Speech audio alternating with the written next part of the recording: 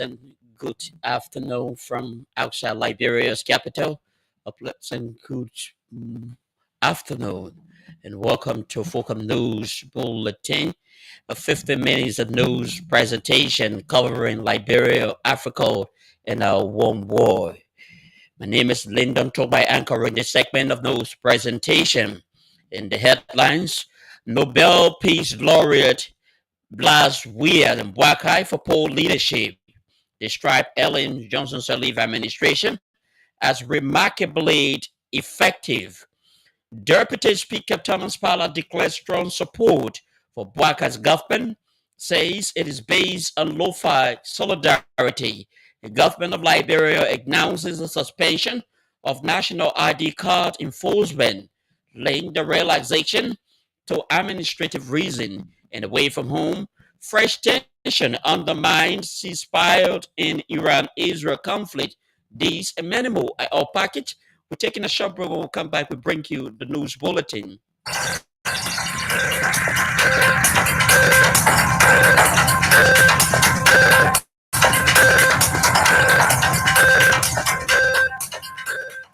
Okay, welcome back and thanks for rejoining us on this presentation.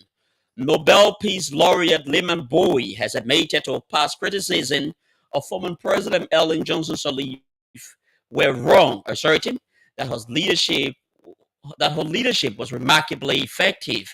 In a front page Africa interviewed, Bowie describes Sirleaf administration as emphatically better than those of George Weahs and Joseph Mbwakai, on whom she says governance and public service have significantly declined.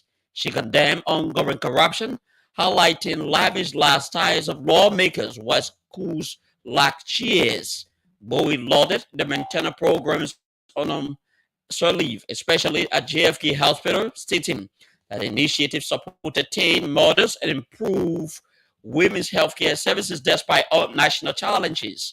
She argued that greed had deepened on Weir and Mbwakai, insisted greed deepened on how become a systematic problem, something she described as heartbreaking and unacceptable.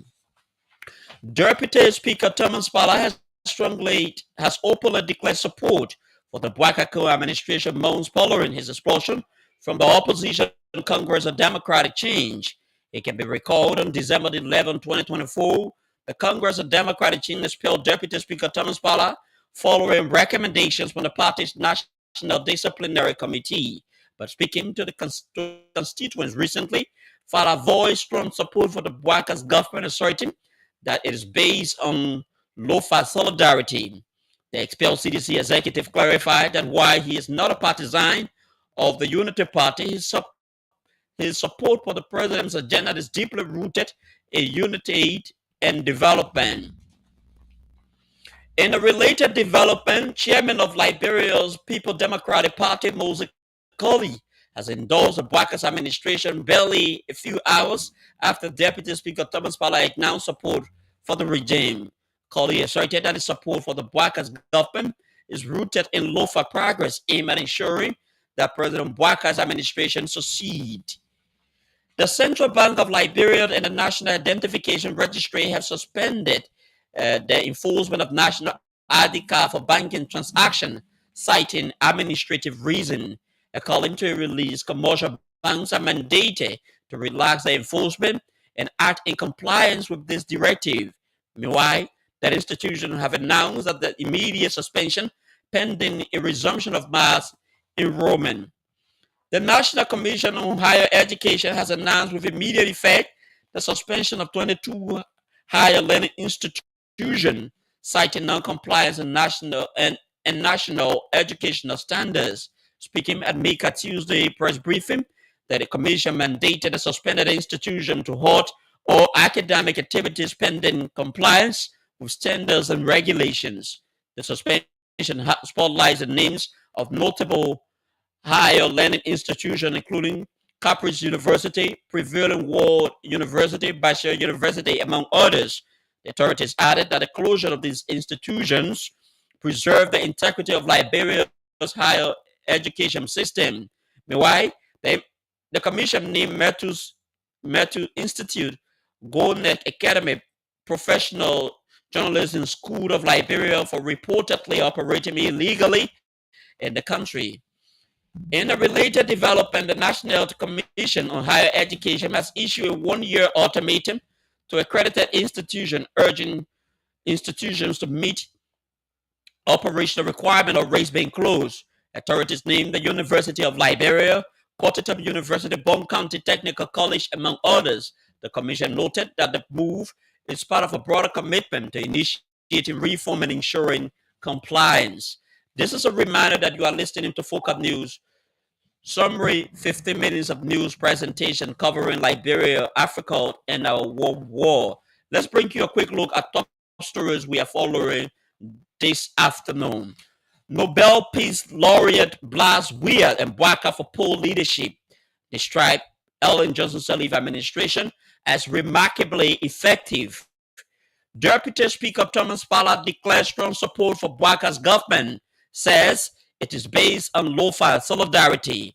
Government of Liberia announces the suspension of national ID cards enforcement, laying the realization to administrative reason and away from home. Fresh tension undermines ceasefire in Iran conflict. Let's take a short break. When we come back, we bring you more developments on our news presentation.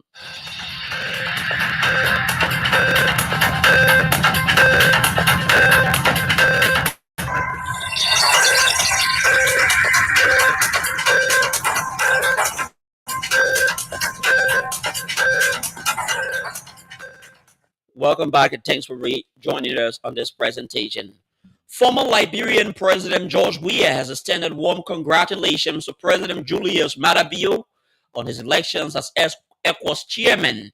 In a Facebook post, the former Liberian leader highlighted the significant political security challenges, citing the departure of other member states. Weah expressed deep confidence in Bio's ability to guide the regional bloc with experience in diplomacy, highlighting the importance of unity and cooperation amid shifting global dynamics. Representative Women Brief Mensah has extended appreciation to President Joseph Boakai for what she described as listening to the cries of the Liberian people. Representative Mensah emphasized that the national ID card restriction heavily impacted the people in the rural communities, those denied them access to salaries and other basic services. The Bond County District 6 lawmaker added, President Boakai's decision mirrors the heartbeat of the government. His accession comes barely a few hours. Comes barely a few hours after the authority announced the realization of the directive citing administrative reason. President of the University of Liberia, Dr. Lida Mampine, has donated US $10,000 to West Point Women for Health and Development Organization. The move is aimed at fostering gender equality and advancing women's rights in Liberia. The donation held in West Point stemmed from one-time legacy grant source from Global Fund for Women, where Mampine will serve as board chair. The donation presented Monday in West Point stemmed from a one-year legacy grant from Global Fund of Women. She praised the organization for over 20 years of grassroots leadership, calling her work vital to women's empowerment in Liberia's largest informal sector. President Mampine announced a new office for gender equality and women empowerment at the University of Liberia, seeking to expand support across the Liberian communities. Receiving a donation, Cooper hailed the grant as heaven sent, which according to her comes amid funding setback. Former House Speaker Jay Fonati Kofar and three others linked to the Capitol building saga rigs been rearrested following a new directive from the Monrovia City Code. The code has ordered the defendants to justify their bond surety or no later than Tuesday, June 24, or rigs